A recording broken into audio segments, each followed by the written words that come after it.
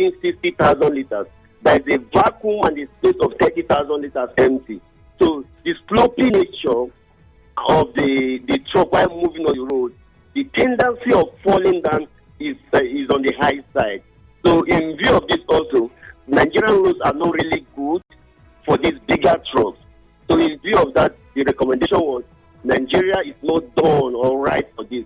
Yes, in developed countries, we have trucks of above 120,000 liters riding on this road, but there are no speed bumps on this road, there are no gallops on this road. So, can I call it a pause? We say when Nigeria is arising from road and facilities, then we can recommend that it should continue. But for now, it should be on the pause. That's what I agree. Would fixing the road not be the urgent step to take at this time? Isn't that more urgent than banning the trucks? The representative of Ministry of Works were also in the meeting, the whole roundtable conversation. It was also discovered that the years and the duration it takes Nigeria to build this road is not today. Hence, we are agreeing it should be on the pause until Nigerian roads are good for it. And did they give a time frame as to when this would be? It was just that when Nigerian roads are off it. And is it today? It's not really today, my brother. Okay. Is there consideration for distance? Because I imagine that if the refinery in Port Harcourt is fully functional and it is supplying to Port Harcourt residents, then maybe a truck of 13,008, like you said, will suffice. But if I'm transporting product from, say, River State to maybe Sokoto, it makes economic sense for me to want to go with a 60,000 or 75,000 liter truck. So was distance a consideration? The fact that for longer distances, you might need more volume?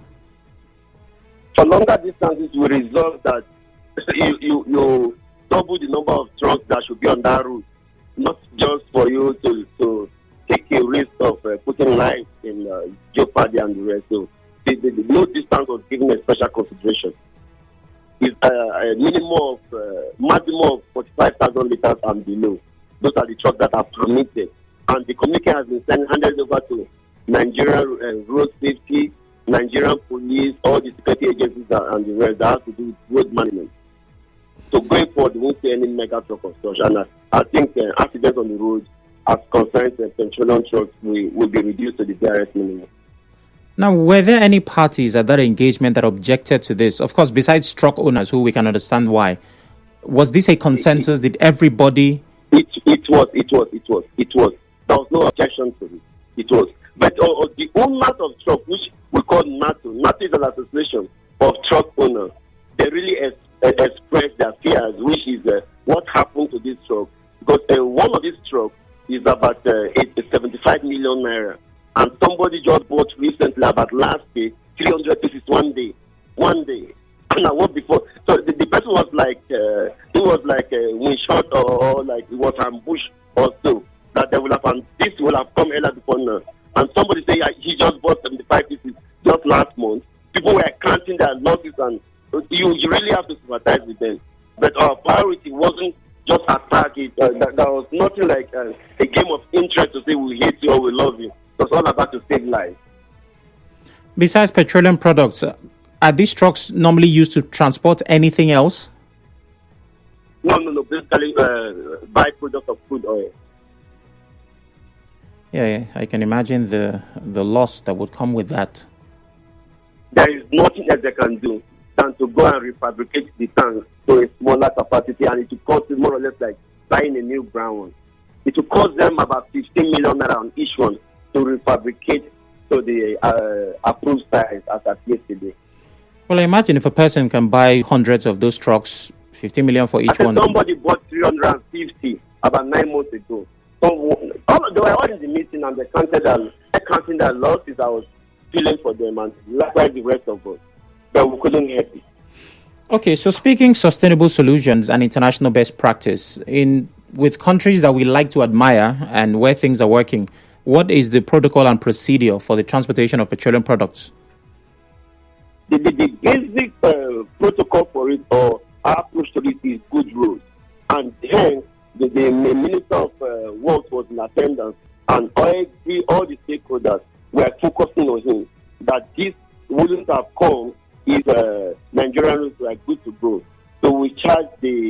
office of the minister, and he was like, if you think about how much he mentioned about some I can't remember what they quoted for them to fix all the Nigerian roads, and that is not in the budget for this year. That cannot even be in the budget for next year. So the predicament is just finance for the office of Minister of Petroleum, or Minister of Works, for them to fix all the Nigerian roads.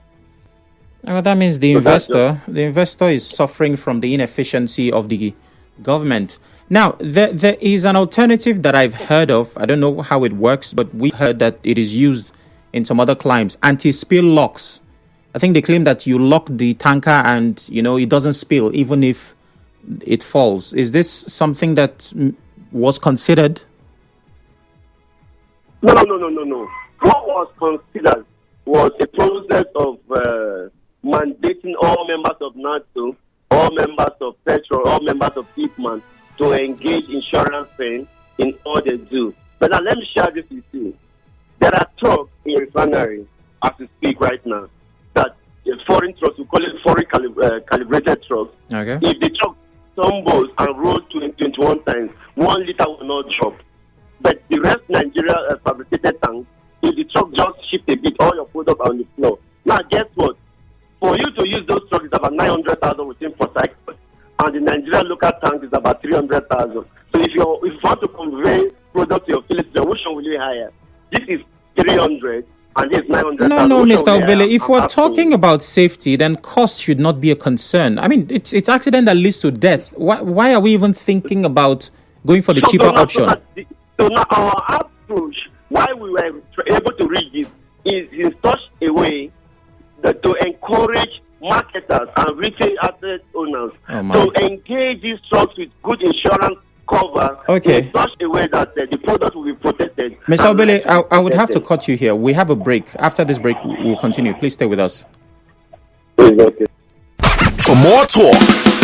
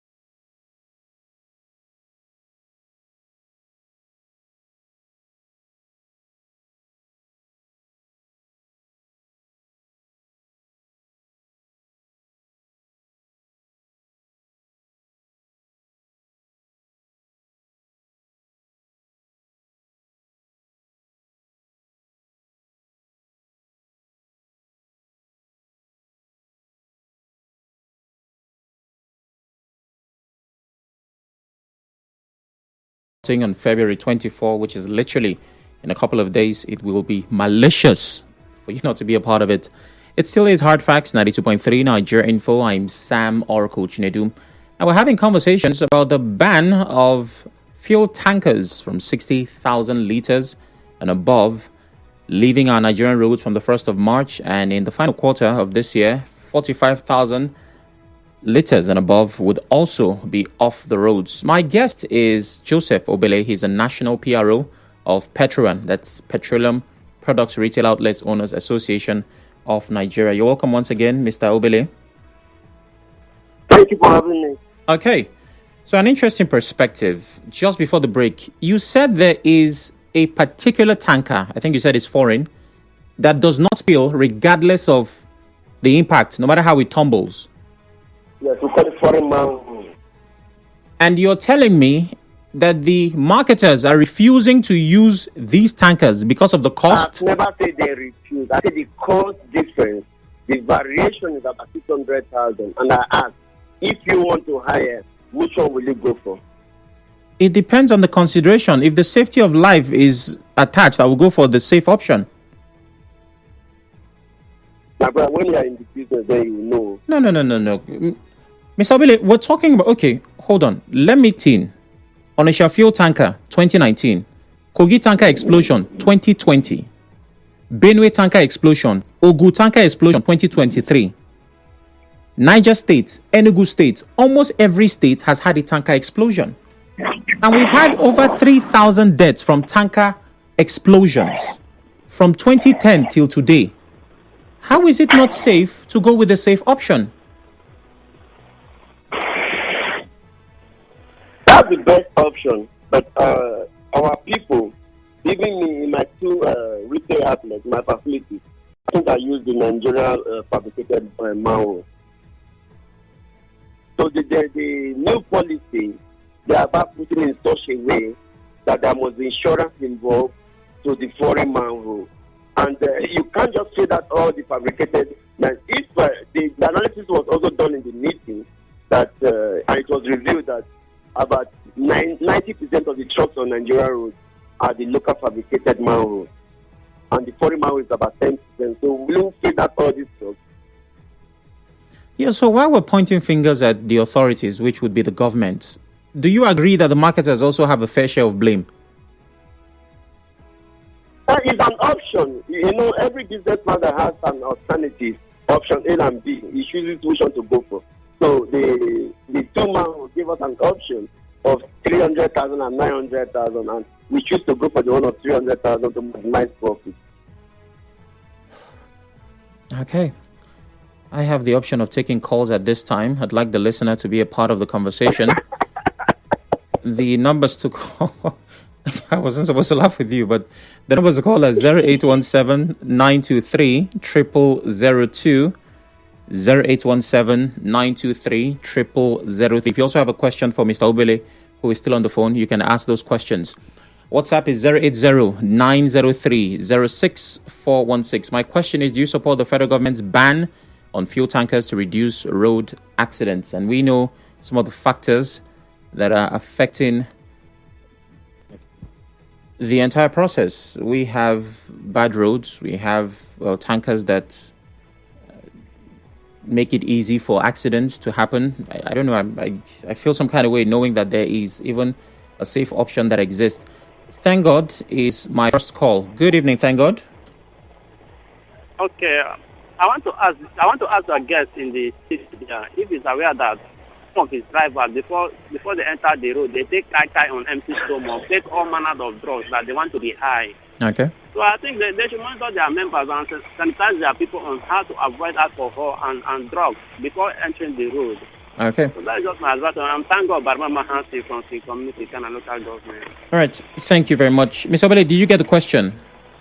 Yes, I got it. Okay. So, over to you. Hello? The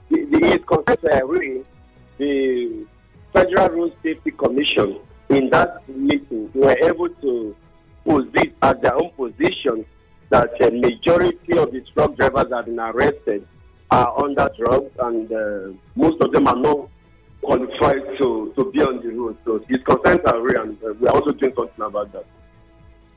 Okay, a few questions. I beg your pardon, a few comments here.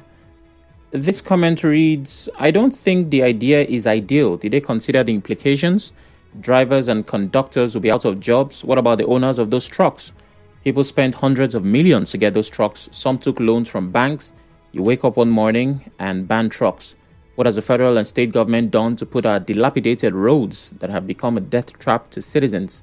What about putting down regulatory measures like time of operation and other safety measures like regular pre-mobbing than banning them?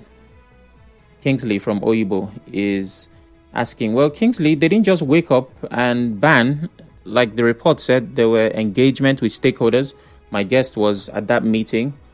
So it took quite some time and deliberations before the ban. Innocent from Rumekini. That Yeah, good evening. 6 months. Okay, 6 months. Yes. Welcome, Innocent. My Please name go is ahead. Innocent. Okay. Yeah, I want to say that ban of petroleum tanker drivers, petroleum tankers of 60,000 liters and above, it's not a welcome development at all. 45 and above. Okay. If you ask me, if it's pushing shadow instead of the substance, because we all know that the problem of this tanker falling is bad road. Bad road, just like the one that happened here in Bikini yesterday. At the sharp off, and at the end of the day, those tankers fell. And that is what we are seeing. If I think we said they should be flying at night, that would have been a better option. Because there's somebody that have invested in those trucks, and they will just let go like that. Look at the amount of loss. I think this is the want to let them go. They should take a statistics of all the people that have such trucks, and the government should pay compensation them. Because they can't tell me that somebody will not invest and at the end of the day, they don't have anything to show for it. So what I'm saying is that it's not a welcome development at all. The meeting they had, okay, I guess, is it telling me that if you have that kind of capacity of talk, then he will not talk in his favor. I don't know whether you know what I'm saying. So what I'm saying is that it's not good at all. Before they will take that kind of decision, they should take inventory of all the stuff that is above that capacity that they said should not fly the road, and they should pay adequate compensation to them. So they should not fly the road. Okay, thank you very much. That is my name. Thank you, Innocent. Lebari calls from Bori. Good evening, Lebari. Yeah, good evening, brother Sam. Good evening. Yeah, I'm highly disappointed. So disappointed today. It would have been better for me not to listen on this very topic. Why? A country where people does not value the lives of the citizen. They value money more than the life of the citizen. Even your presenter, your guest of this program, I'm disappointed in him. If the foreign fabricated manhole can prevent speed if the vehicle fails, and then we consider it that it is safe. Now you were giving the statistic that we have lost more than 3,000 people. 3,000 people that are breadwinners to their families. And here we are talking that you have to convert 300,000 to 700,000. What is money comparing to the life of the citizen? I'm highly disappointed. Our government is not helping matter. APC, they are not helping matter. So if that manhole can prevent the speed, why can't you go for it? For safety in all operations, oil and gas, their number one priority is safety. Number two, safety of life. Number three, safety of life. So what are we talking here? What are we talking? I'm disappointed. From All right, Lebari, thank you very much. Mr. Obele, I think you can understand Lebari's position, being disappointed that safety is not a priority. But I think his opinion. Okay. Ken calls from Ubimini. Hello, Ken. Good evening. Good afternoon, SOC. Good evening. Greetings to your guest. If I may ask, Mr. SOC, what are the criteria for the drivers of these tankers, for their employment. How are they undergoing the processes of their employment? Okay. Because I can see now that this sector has their own drivers association. So what are the criteria that qualifies them to be a tanker driver? Okay. And who have they gave or kept for monitoring their mentality and the avenue of giving them orientation on how to apply the roads? Okay. I don't know if you're getting my questions. Yes, I do understand the question. I think it's a good question. Ms. Obele, what's the criteria to become a tanker driver? Are there requirements? What do I need to become to be qualified?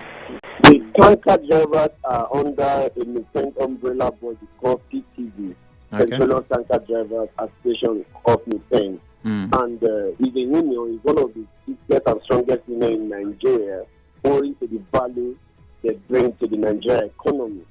So this very union, they have their office right now is a mini or let me say a liaison office of Treasury Road Safety. If you go to PTD office in Rivers State right now, the third floor is occupied by the Nigerian Road Safety Commission. So they are there to train them 24 hours. The study has been doing. When I was in the business school, a foreigner came to the business school and he was telling us about the study conducted on the aggressive nature of all truck drivers globally. And it was revealed that this aggressive nature of truck drivers is not just peculiar to Nigeria as the environment, but globally, long truck drivers are always aggressive, majority of them. Study has revealed that.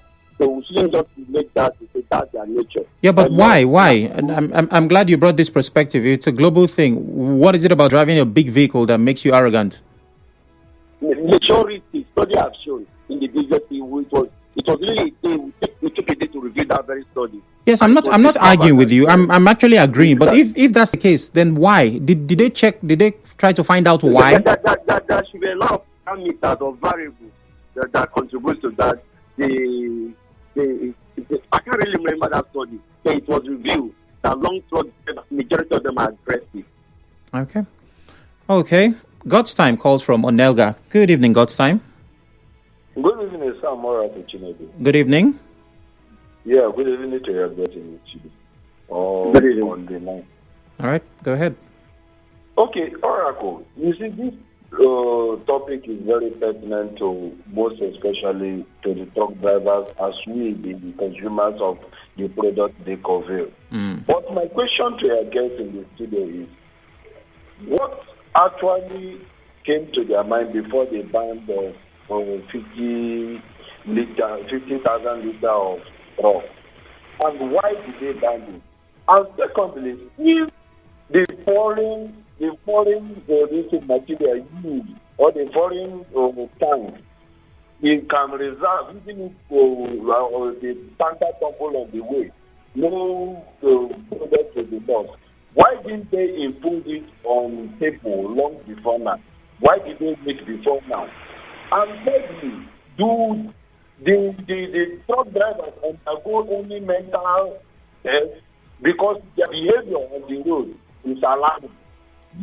Let him answer the most especially the last question. Well, he has partially answered the last question, but over to you, Mr. Obele. I'm sure you got the questions. I've told us again that who will be buying the foreign fabricated manhole or the foreign tanks and for Nigeria transportation will not break it, will not make profit. Reason because the marketers they are rich, so the man that owns the local fabricated tank cannot be the same. And since there will be an option and alternative A and B, marketers will prefer coming for the one that is lesser for them.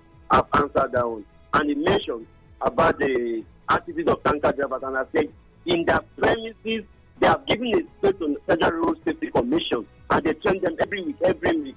So they are good to go. But globally, study have revealed that the nature, the attitude of long truck drivers are always aggressive. Majority of them are aggressive. Okay, I'll take my final call shortly from JJ. But before I do that, and it's something I think he raised on be a caller before him, what if the authorities had intervened? What if the regulators had mandated that you must use the foreign tankers because of safety? Maybe they can find a way to help, the drivers and the business owners break even as regards profit. But what if it was mandatory that you use the safer tankers? Would that have not created a better system? No, that's not a solution. But the solution is about planning an insurance policy that every truck that is leaving the refinery or any loading bay must have an insurance cover. In view of this, the insurance company will ensure nothing happens to the truck, because whatever happens, they will pay for it. So their participation of sharing the risk will make them ensure everything is in good order. They will even control, don't pass road A, pass road B. So that's what they're about signing. So once they sign that will take care of your fears. No, but Mr. Obele, what you're saying is like, we have the money. If you get kidnapped, we can pay the ransom. But how about creating a system where you do not get kidnapped? Because what insurance does is, in the event of... But these tankers that are safer would ensure that the explosions and accidents, if there's an accident, the explosion does not happen. Let me share this with you. About 2 years ago, when I was executive chairman of Ipman River State, insurance team came to my office that I should sign every truck loaded that is leaving the refinery or the loading bay to the filling station pays a sum of 20,000. And if this truck tumble along the road, they will pay for the truck and pay for the product. And I call an OGM, ordinary general meeting, and all the marketers, about 2,000 gathered. And I announced it at the phone dance. They said they don't need it. And take note of this again. Just 20,000. If anything happens to the truck, they will pay for the entire product. And marketers said, no, nothing will happen, that they believe in Jesus Christ. Or they have faith also. So this faith of a chain is affecting the insurance business in Nigeria. In my business, even when I'm teaching students, you get to believe that for somebody to sign life insurance or fire insurance, they say, no, fire will not burn my facility, fire will not burn my car, nothing will happen. But I have faith. So there is the faith factor that affects the insurance contract and the growth of the insurance industry in Nigeria. I honestly wish that after saying this, I wake up and say, oh, it was a dream. I'm not really hearing what I'm hearing. But unfortunately, it is the JJ from PH Town. Sorry for keeping you on hold. Sam, I greet you this evening. Yes. And I greet your guest. Sam, which one is rather cheaper? Using the foreign, what I call it, compliance truck, manhole, to make sure there is no spill at all, than to still endanger people, because what they have done so far is to say 60,000 off, associate will remove 45,000. So if those were the issue, why do you leave them? Is it that you can continue to kill more people? That's on one side. He emphasized on insurance. This insurance, how does it save me and you that use the road that these tankers also drive in? How does that happen? But I tell you, I think we're going deteriorated by the second in this country. When Port Harcourt refinery was working at its full tip at the time, you have depot in Aba, you have depot in, I think, Enugu, and some other stuff, even up to top north, Sokoto and some other areas, even though they don't produce, they have depot. Why was that designed? So that those are... Oh, my. I'm so sorry, JJ. It's unfortunate because you were on hold for quite some time.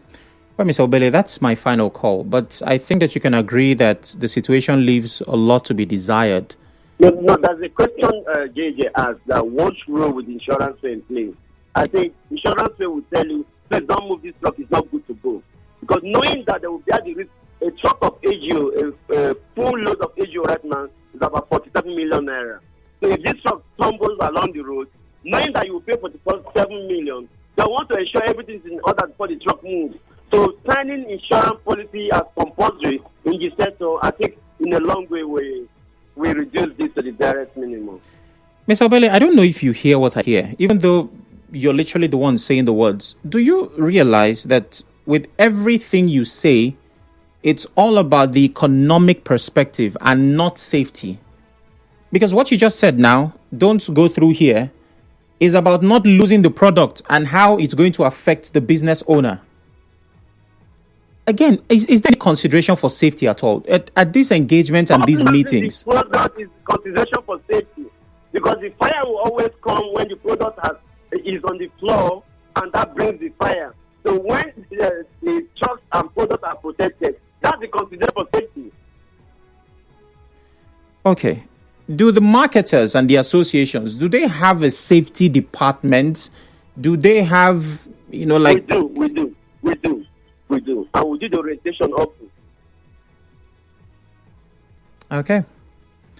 All right. We are waiting, and 1st of March would see if those trucks would get off the road. And the event that Nigerians still find these trucks on the road, how can we follow up and escalate to ensure that... No, it's not possible. It's not possible. The military have been mandated to seize any of those. The military? Even the loading bays have been mandated not even to load it with 1 liter. You can't even be loaded at the loading bay. Okay. I hope that you and I are not having this conversation again. I'm sure you'll be my guest, but hopefully it's for better headlines. Thank you, Mr. Obele, for sparing the time. Thank you for having me. It's always a pleasure. Okay. I have a few comments on WhatsApp, which I'll take shortly. I'm not quite sure how to feel about this, and it's not really trying to be dramatic or emotional, but I knew about the anti-spill locks. I think the entire conversation changed when he said that there was a type of tanker that will not spill regardless of nature of accident. And I need you to understand that everything around the accident of a tanker is because the product escapes from the tank. From the fact that it spills and people are scooping, and you know that you're just counting down. It's literally a time bomb, a ticking time bomb, to when there will be an explosion.